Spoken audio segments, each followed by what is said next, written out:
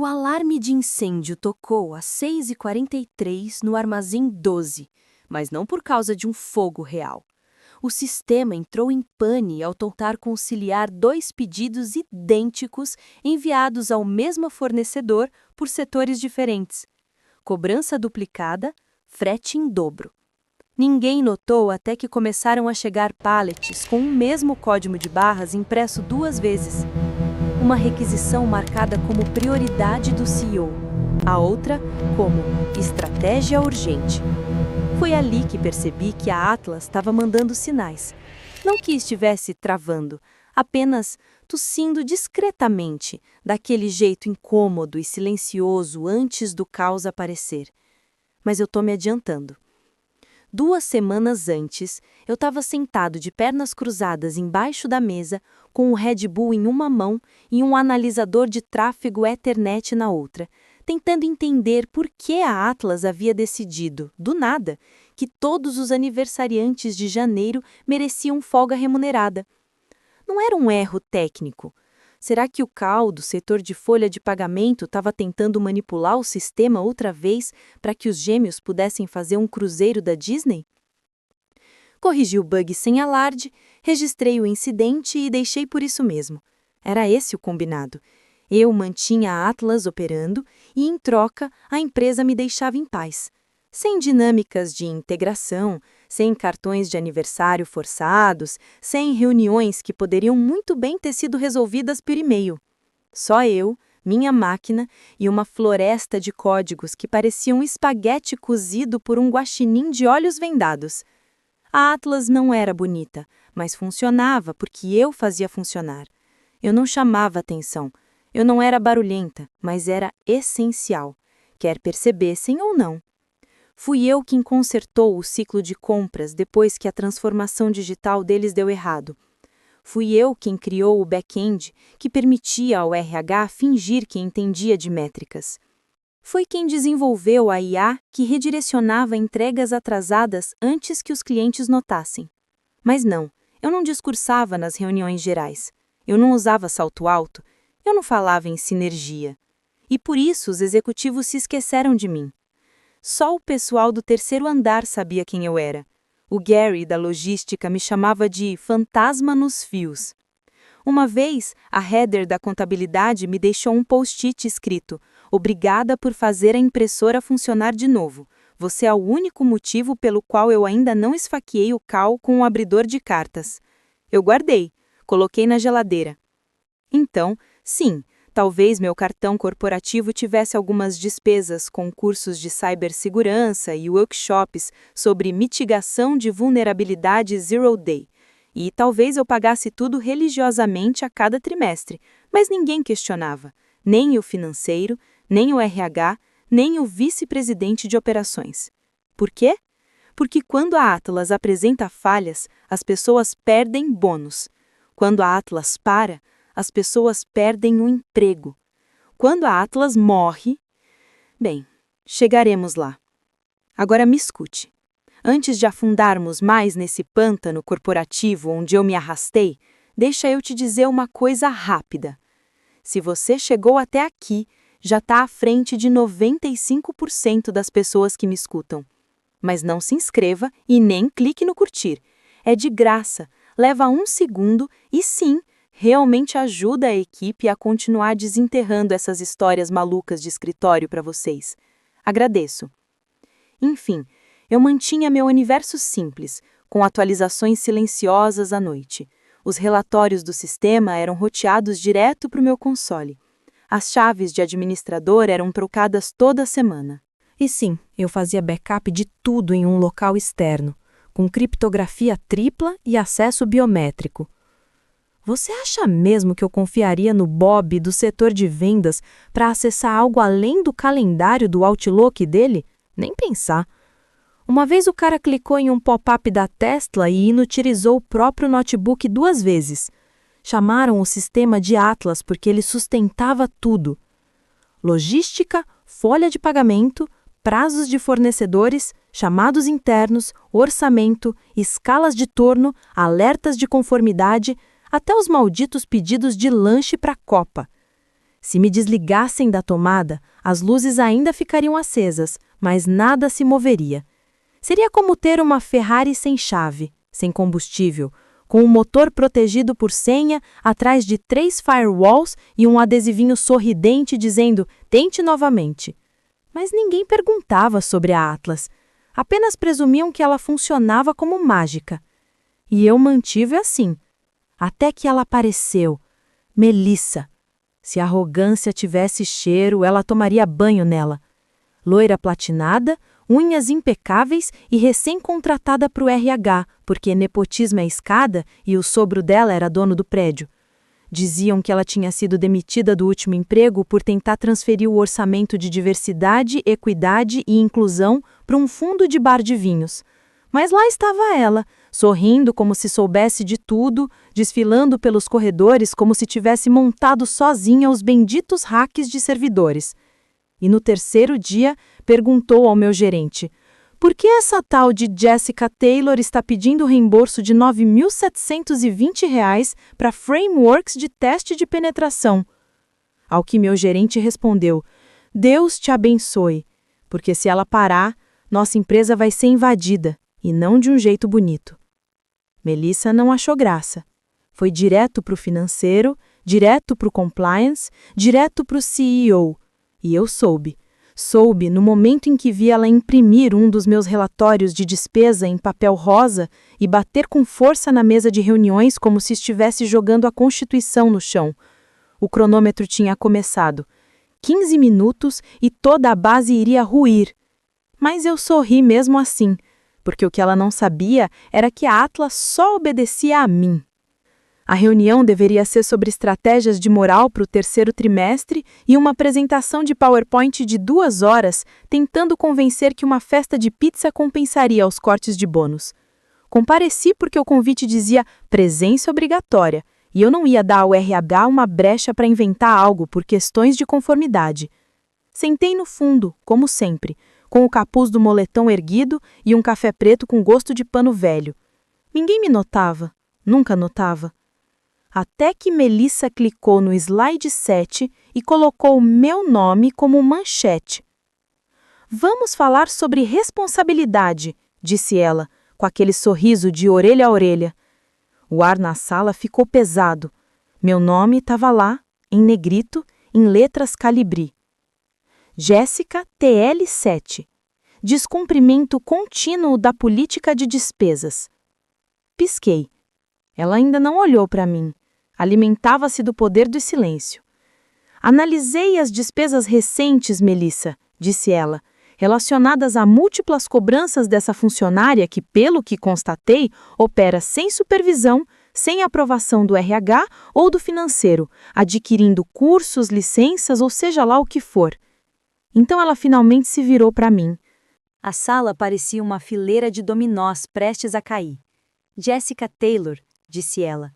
Quer explicar por que está usando verba da empresa para desenvolvimento pessoal sem autorização? Eu não disse nada. Ela não esperou. Já conversei com o CEO, continuou, com aquele tom ensaiado de série jurídica. A partir de agora, seu contrato está rescindido.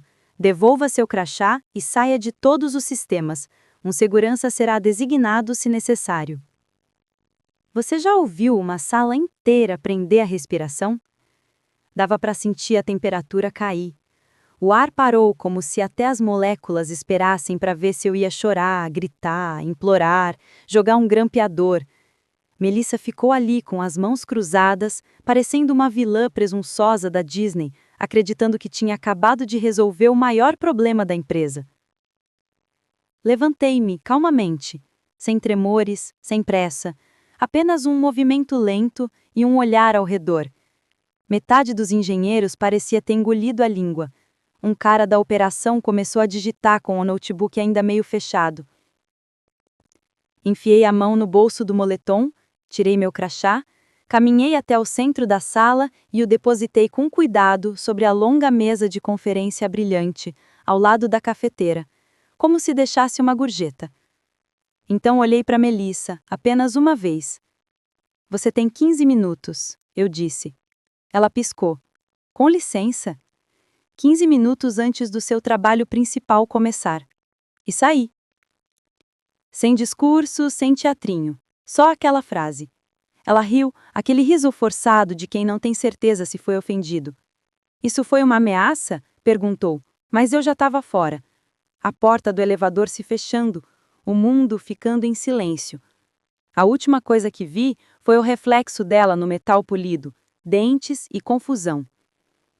O que ninguém naquela sala sabia, o que Melissa nunca se deu ao trabalho de entender, era que a Atlas não se limitava à logística. Ela era a logística. Folha de pagamento, expedição, faturamento, prazos, alertas de conformidade, validação de fornecedores, o esqueleto invisível da empresa. E ela acabara de demitir essa parte. Essa foi a genialidade. Eu não construí o sistema para ser bonito. Eu criei porque precisava existir. Porque quando algo quebrava, me ligavam às 3 da manhã. Porque quando o banco de dados travava, eu consertava antes que alguém notasse. Porque ninguém mais sabia como. Mas Melissa achava que eu era só mais uma funcionária calada, torrando dinheiro da empresa para assistir séries sobre jargões técnicos. Ela não percebeu que aqueles cursos eram ferramentas de acesso de nível empresarial, e nem que os contratos de licença estavam atrelados às minhas credenciais pessoais. Sem login compartilhado, sem acesso de administrador, só um nome, uma digital, a minha. 15 minutos. Esse era o tempo que o último ciclo de chaves levaria para expirar. Não foi sabotagem, foi o tempo limite natural do sistema, e ela tinha acabado de dispensar a única pessoa que conhecia o mapa. Mas ei, pelo menos o PowerPoint dela tinha transições com glitter. O elevador abriu no 3º andar com um toque que pareceu mais alto que o normal. Talvez fosse só o silêncio dentro do meu peito. Você já ouviu seu próprio sangue circulando? Um zumbido leve atrás das orelhas, como um fio elétrico vibrando antes da tempestade? Era assim que eu me sentia. Nem raiva, nem medo. Só quietude. Saí e passei pela copa compartilhada onde Greg, da contabilidade, esquentava mais um sanduíche de atum no micro-ondas. Ele me viu, pareceu que ia falar algo, mas desistiu. Inteligente. Meu cubículo continuava igual. Um cacto quase morto na janela, um boneco de cabeça oscilante quebrado que eu colei de volta depois do caos da festa de fim de ano da empresa. 2 canecas de café, ambas minhas, ambas manchadas como se tivessem sobrevivido a uma guerra. Sentei-me, peguei minha mochila e comecei a organizá-la. Sem lágrimas, sem batidas dramáticas de gavetas, apenas o som suave de canetas e discos rígidos externos deslizando para dentro dos compartimentos. Ouvi cochichos vindos de trás da divisória, o sussurro nervoso de Kelly. Ela foi mesmo demitida? Murmurou alguém. É a única que resolveu aquela confusão do ticket do Gira, respondeu outra voz. Eu achava que ela era o próprio sistema. Ninguém se manifestou. Ninguém perguntou nada. É assim que funcionam os escritórios. Te observam pegar fogo atrás do vidro, mas não batem nele para apagar. Chama-se responsabilidade, eu acho. 10 minutos depois, Melissa entrou com toda a pompa, parecendo a marechal de um desfile que ninguém quis assistir. Caminhava depressa demais, como se quisesse que todos percebessem o quão eficiente fora em resolver um problema. Os saltos tilintavam no piso com a arrogância ensaiada de quem acabou de riscar o primeiro item de uma lista com caneta permanente. Deu uma volta completa pela área de manutenção, acenou para alguém e depois fixou o olhar em mim. Foi então que percebi. Ela não tinha a menor noção do que havia feito. Achava que só tinha cortado um orçamento, cumprido uma meta, provado que tinha pulso de gestora. Provavelmente acreditou que o RH já estava imprimindo sua placa de colaboradora do mês. Abri a gaveta de baixo e retirei o pendrive. Preto. Sem logotipo, sem etiqueta, apenas uma fita adesiva colada sobre o plástico com algo escrito à caneta. Boa sorte. Coloquei-o bem no centro da almofada da minha cadeira. Sem drama, sem cena, apenas uma pequena mina de silêncio, deixada ali. Fechei o zíper da mochila, vesti a jaqueta e saí com a calma que só se adquire depois de anos consertando sistemas quebrados no escuro. Não bati portas, não olhei para trás, Apenas apertei o botão do elevador e esperei, ouvindo um leve zumbido da Atlas reverberando nas paredes. A Atlas tinha 23 sistemas de segurança, todos conectados a um gatilho. Um deles era o meu. Deixar a leitura do crachá do prédio sem repassar o controle para o administrador. O primeiro dominó. Melissa não sabia, mas tinha acionado uma contagem regressiva disfarçada de eficiência. Quando entrei no elevador, Carol, do setor de folha de pagamento, gritou: "Ei, Jazz, espera! Você tá..." A porta se fechou antes que ele pudesse terminar. Que ele se perguntasse. Que todos se perguntassem. Desci em silêncio. O bip suave de cada andar que eu passava soava como o tic-tac de uma bomba muda. Não uma explosiva, mas daquelas que corroem devagar os alicerces. Quando cheguei ao saguão, meu crachá já estava desativado.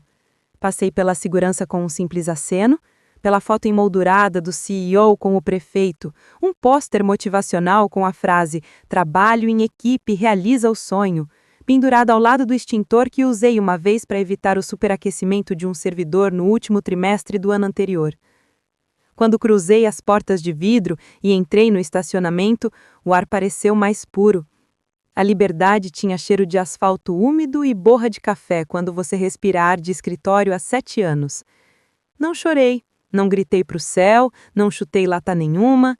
Apenas sentei no carro, peguei meu celular reserva e enviei uma mensagem. O gatilho foi confirmado, a chave girou, o tempo começou a correr. E então, fui embora. Sem planos de voltar, sem entrevista de desligamento, sem e-mail de agradecimento pelos serviços prestados, mas aquele pendrive, aquilo era um presente. Ou talvez um aviso, depende de quem o encontrar primeiro. Tudo começou com uma entrega que nunca chegou ao destino. Só uma. Um pequeno caminhão da frota, carregado de amostras de produtos regionais destinados à VP Summit em Chicago, não saiu do armazém. A etiqueta de envio saiu totalmente em branco. O manifesto de rota gerou uma página cheia de interrogações e um único emoji chorando.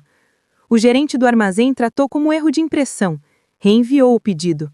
O mesmo problema. A equipe de logística tentou redirecionar pela fila de espera. Foi aí que o sistema respondeu: a fila de espera não existe. Quer dizer, existia até a semana passada. Agora, nada além de um encolher de ombros digital. Toda a plataforma redirecionava para uma página de erro antiga, que eu mesma havia escondido atrás de 5 camadas de avisos: não toque. 2 horas depois, o pessoal da folha de pagamento ligou para lá. Não estavam em pânico, só irritados. Ei, metade dos nossos pagamentos estão em rascunho, a outra metade sumiu. Sumiu, ou seja, não foi enviado, não foi salvo, não existe. Tentaram gerar o relatório de novo, receberam mensagem de tempo esgotado. Reiniciaram o console, foram bloqueados. Tentaram escalar o chamado. A Atlas respondeu com uma alegre faixa vermelha. Acesso negado, você não é o escolhido. Essa foi uma das minhas. Eu a programei meio dormindo durante um ciclo de atualização anos atrás, como uma piada. Ninguém nunca alterou. Até então, ninguém jamais tinha visto aquilo. 1 hora depois, Melissa, ainda de salto alto e com aquele ar de superioridade, fazia uma reunião com sua equipe de aceleração de mudanças, fingindo que tudo estava sob controle. Só alguns pequenos contratempos, dizia, coisas normais de crescimento, questões do sistema legado. Suas palavras exatas foram: não vamos dramatizar pequenos problemas. Essa frase depois virou piada interna, estampada em canecas por funcionários rancorosos. Lá embaixo, Brad suava em sua cadeira gamer. Herdara meu escritório, meus sistemas e o leve cheiro de café queimado e estresse.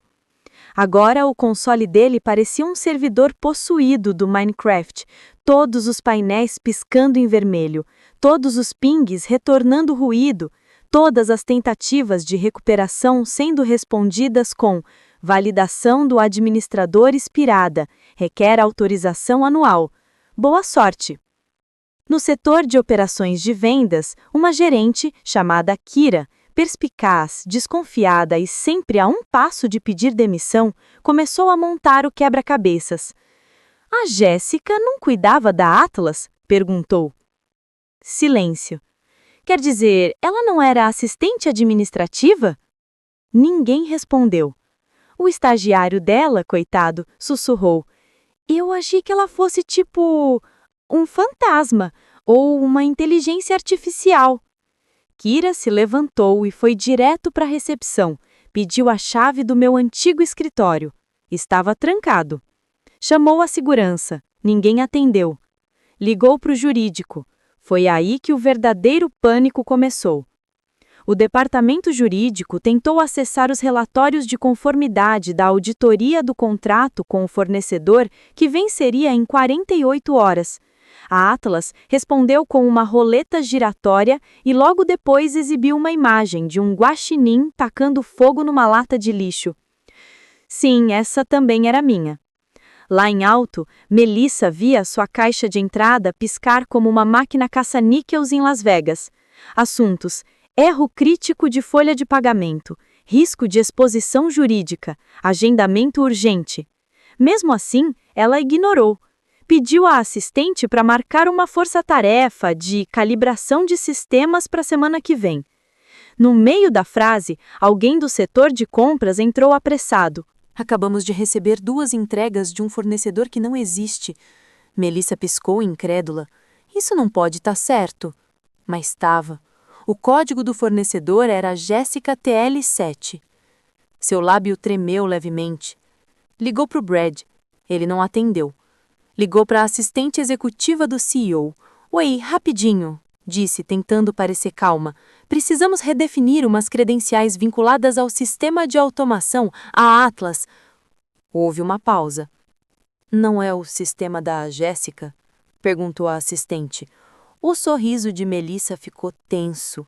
Não, quer dizer, ela trabalhava com ele, mas é um recurso compartilhado, certo? Outra pausa. Vou confirmar com o jurídico, respondeu a assistente e desligou. Por volta da 5ª hora, as pessoas começaram a aparecer nas reuniões presencialmente. Sinal claro de que a IA de agendamento havia falhado. Alguém do financeiro sussurrou. Devíamos ligar para ela? Melissa girou na cadeira.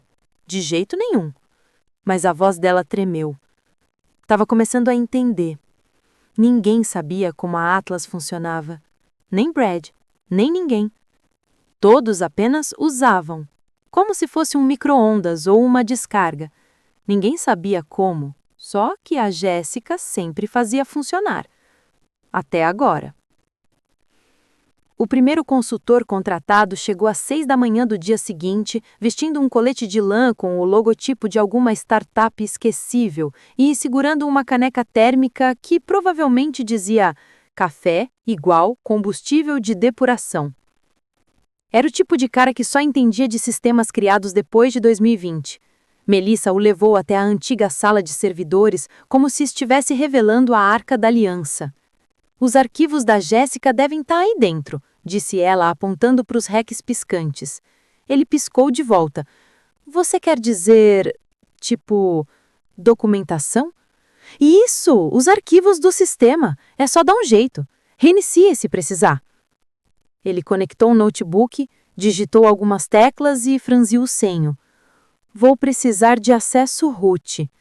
O sorriso de Melissa se manteve, mas o tom dela desabou. Então é só reiniciar. Ele se virou. Senhora, eu não posso reiniciar um sistema ao qual eu não tenho acesso permitido. Está criptografado. Todas as credenciais estão amarradas a uma única conta, rota administrativa TL7 da Jéssica. Melissa o encarou. Ignore isso, você é o especialista. Ele suspirou exausto, percebendo que o valor do contrato não compensava aquele dia. Não dá para ignorar.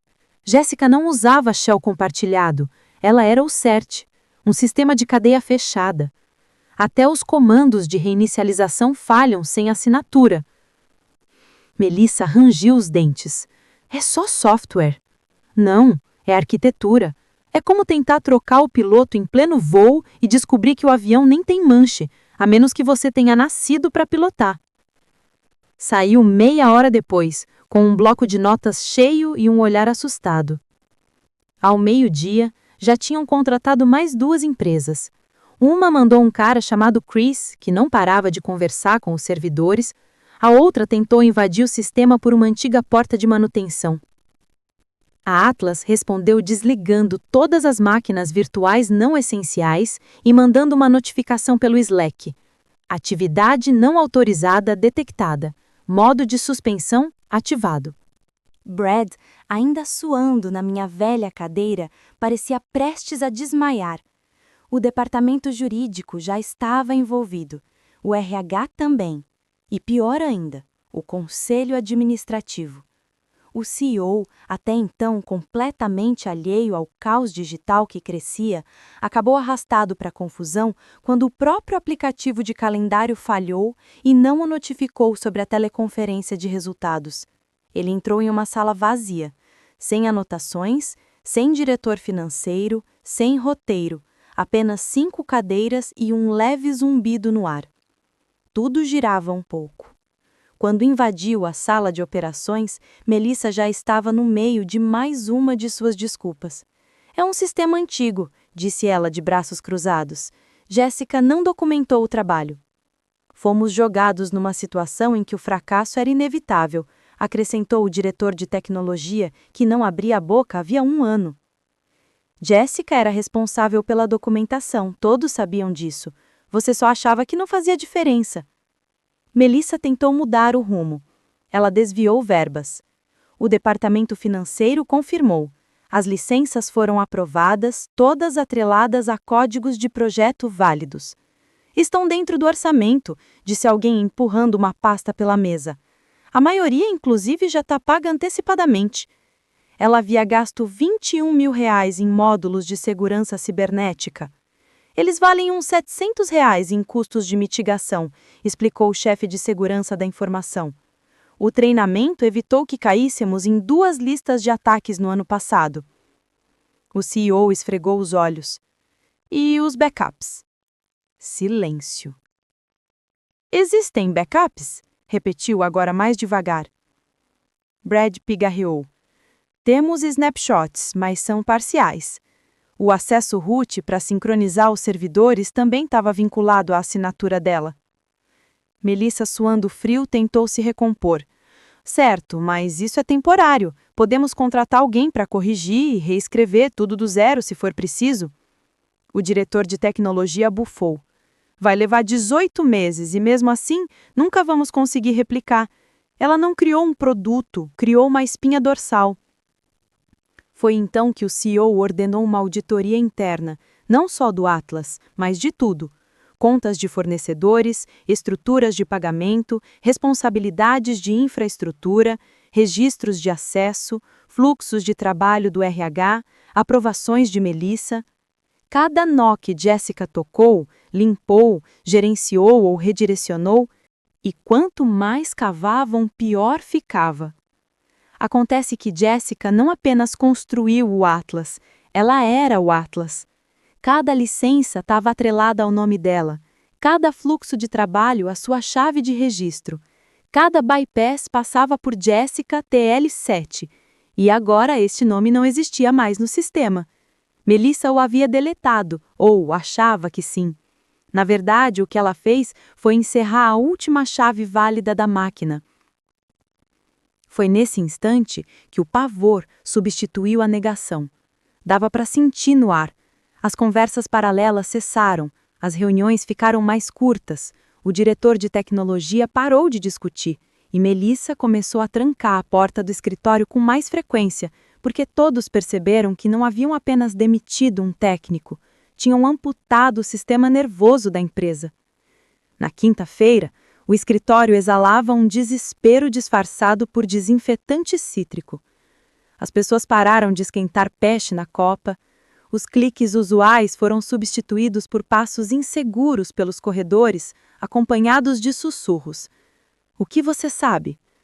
Até o vice-presidente de estratégia, que não falava com ninguém sem seguidores no LinkedIn há 3 anos, foi visto rondando a sala de servidores com meia barra de proteína na mão e uma pergunta que não sabia como fazer. O diretor financeiro convocou uma reunião de emergência com o setor de finanças. Aquela situação em que a palavra analisar soa inocente, mas a sensação é de estar sendo atropelado por um caminhão. Revisem todos os relatórios de despesas da Jéssica, ordenou seca. O coque de cabelo já desfeito, o salto abandonado debaixo da mesa e a tensão evidente no pescoço. 5 analistas abriram os notebooks como se estivessem prestes a detonar bombas. 45 minutos depois, ninguém falava mais em números. Falavam em alertas. Primeiro, os chamados cursos não autorizados de Jéssica não eram cursos de verdade. Eram licenças corporativas, módulos de criptografia multifatorial, algoritmos de agendamento adaptativo, bloqueadores de cadeia de fornecedores, ferramentas que você nem consegue comprar sem aprovação de registros federais. Uma única licença do Atlas valia mais da metade do orçamento anual do RH para eventos externos, e Jéssica havia conseguido comprar tudo com descontos para organizações sem fins lucrativos, usando um canal paralelo que ela mesma criou no 2º ano. Tudo legal, tudo dentro do orçamento, tudo aprovado pela antecessora de Melissa. Segundo ponto.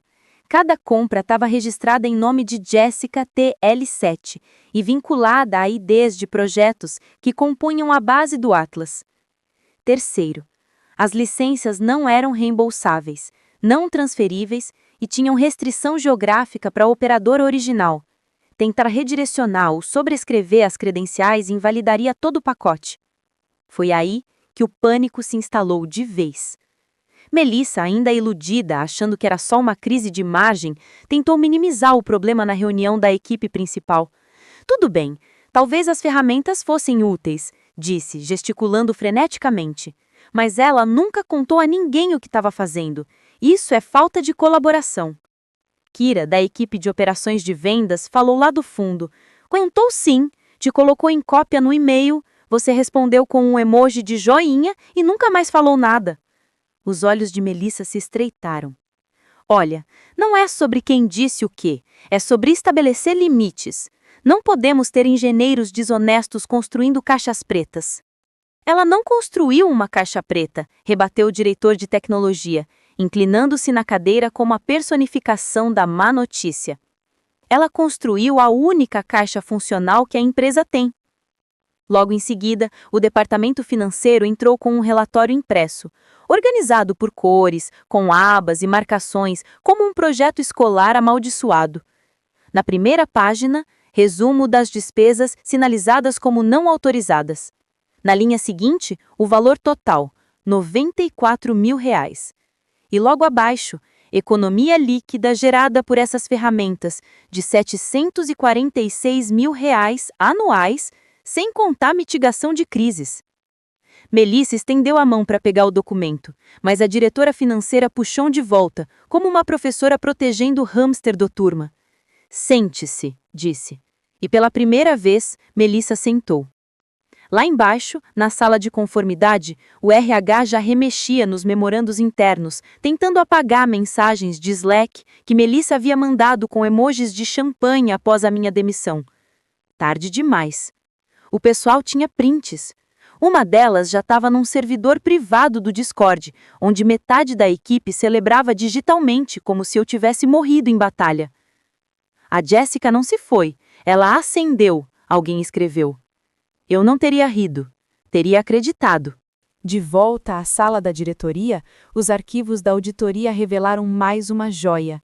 Jéssica havia preparado um documento de transição completo, 6 meses antes, 87 páginas, passo a passo, com etiquetas para o caso de ela ser atropelada por um ônibus.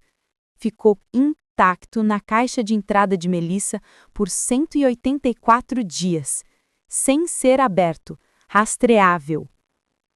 O CEO observou o arquivo na tela, lábios cerrados, e virou-se para o jurídico.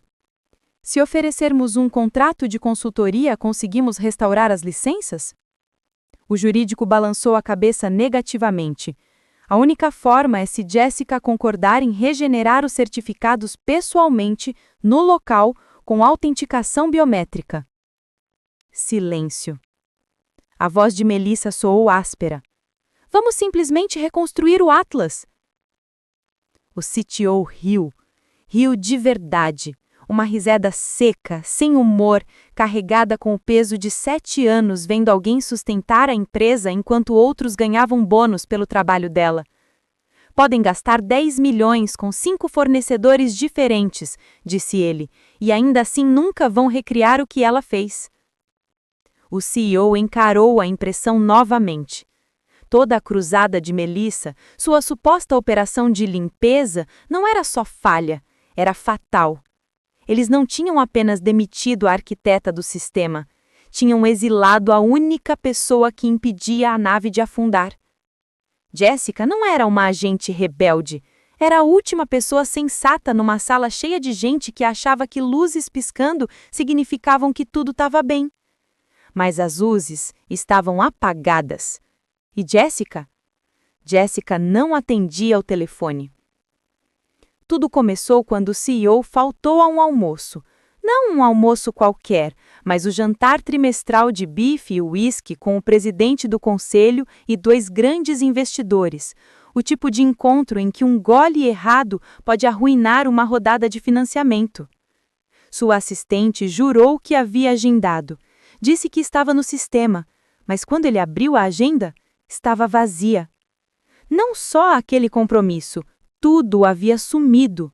Aniversários, reuniões, visitas, até a consulta recorrente de alinhamento de visão com a qual ele fingia se importar. Apagado, como se alguém tivesse deletado sua identidade profissional. Ele ignorou no início. Problema técnico, sincronização, fuso horário, pensou. Mas então o celular começou a vibrar. O Armazém 7 acabara de cancelar uma entrega inteira, 6,8 milhões de reais em produtos, porque o sistema sinalizou o destinatário como não verificado.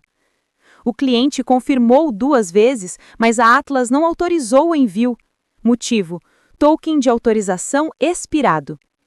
A página de status mostrava uma ampulheta girando sem fim e a frase irônica: credenciais incompatíveis. Contate o administrador do sistema.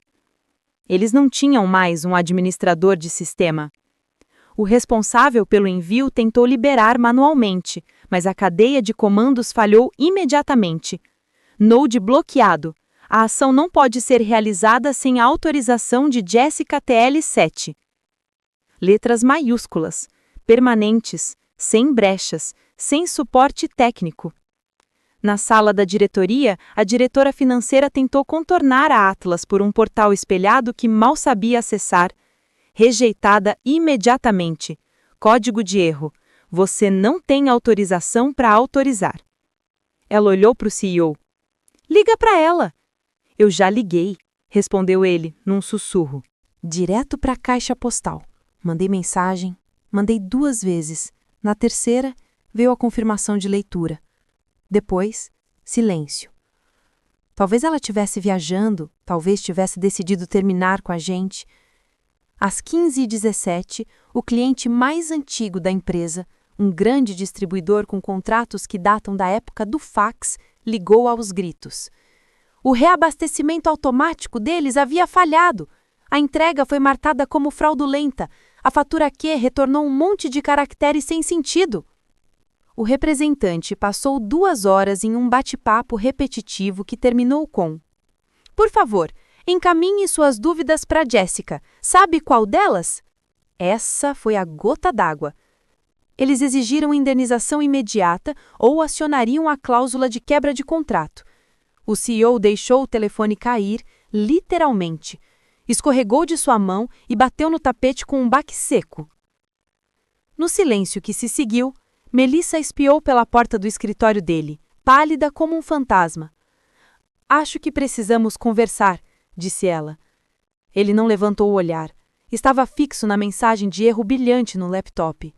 A tela mostrava uma série de animações, pássaros voando contra janelas, gatos desconectando roteadores, alguém batendo a cabeça no teclado, tudo acompanhado da frase: "Está tudo bem, só removi sua coluna."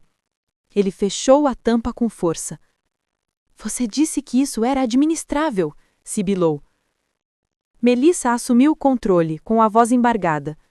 "Eu não sabia que ela tinha esse nível de domínio. Ela construiu o sistema. Você a demitiu sem checar como funcionava. Eu pensei que ela fosse apenas... Você não achou que ela se retrairia?" "Vou ligar para ela", ofereceu, com a voz fraca. O CEO não respondeu. Então ela voltou para seu escritório, os saltos agora silenciosos, e fechou a porta. Pela primeira vez desde o início da crise, Melissa discou para Jessica Taylor. A linha chamou, até finalmente um clique. Mas não era a voz dela. Era uma gravação automática. A voz de Jessica, antes suave, cansada e abafada pelo ritmo corporativo, agora clara como um cristal. "Olá, você ligou para Jessica Taylor. No momento estou indisponível. Se esta ligação for sobre o Atlas, consulte a documentação entregue na transferência. Se estiver ligando da sede da West Edge, pressione 2. Melissa, pressione 2. Nova mensagem. Sinto muito, devido a eventos recentes não tenho mais vínculo com a West Edge. Todas as dúvidas podem ser direcionadas ao seu novo responsável de sistemas.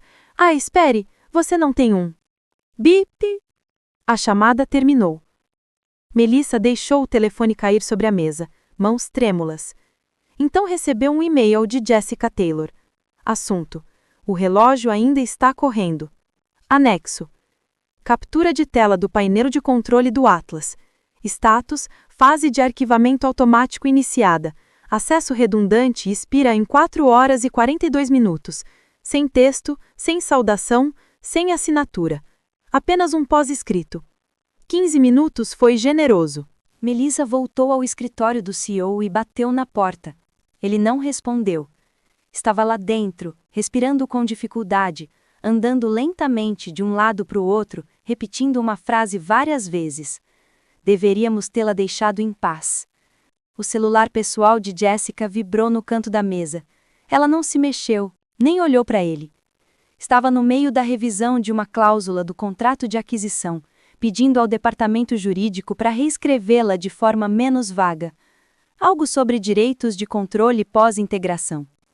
O documento repousava entre uma xícara de chá verde e uma pasta de papel pardo etiquetada Cronograma de Transição Confidencial, Fase 2. O telefone vibrou de novo, e de novo, e de novo. Ela deixou tocar. No quarto toque, a secretária eletrônica atendeu. Voz calma. "Olá, aqui é Jessica. Estou em reunião. Por favor, deixe uma mensagem. Se for sobre o Atlas, informo que o acesso administrativo foi oficialmente encerrado. Não há mais suporte disponível." Bip. Silêncio. Na West Eagles, o CEO abaixou o celular e o encarou como se tivesse sido traído pessoalmente.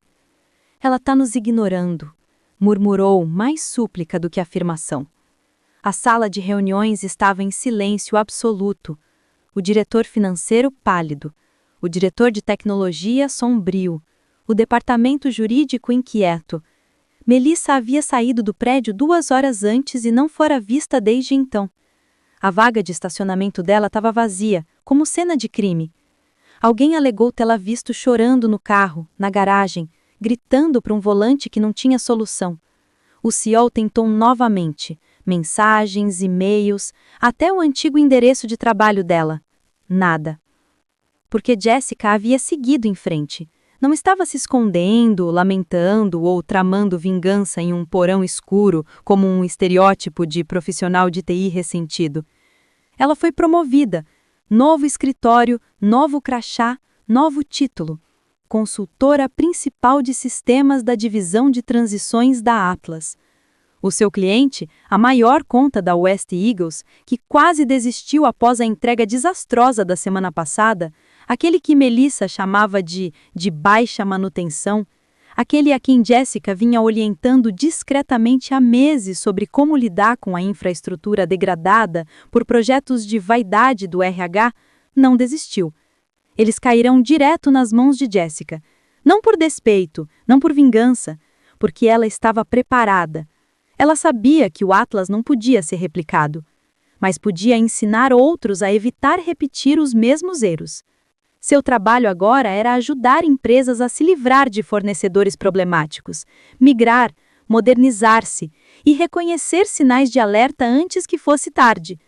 Ela não queimava pontes, ela as reconstruía.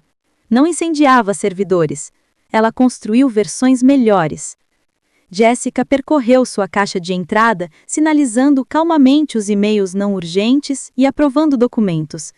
O departamento jurídico liberou a aquisição, faltando apenas sua assinatura final.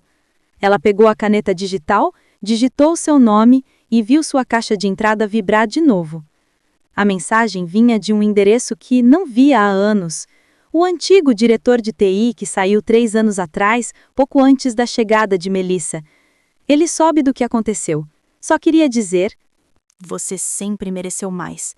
Eles não tinham ideia de quem estavam lidando." Ela sorriu discretamente, nem presunçosa, apenas o suficiente.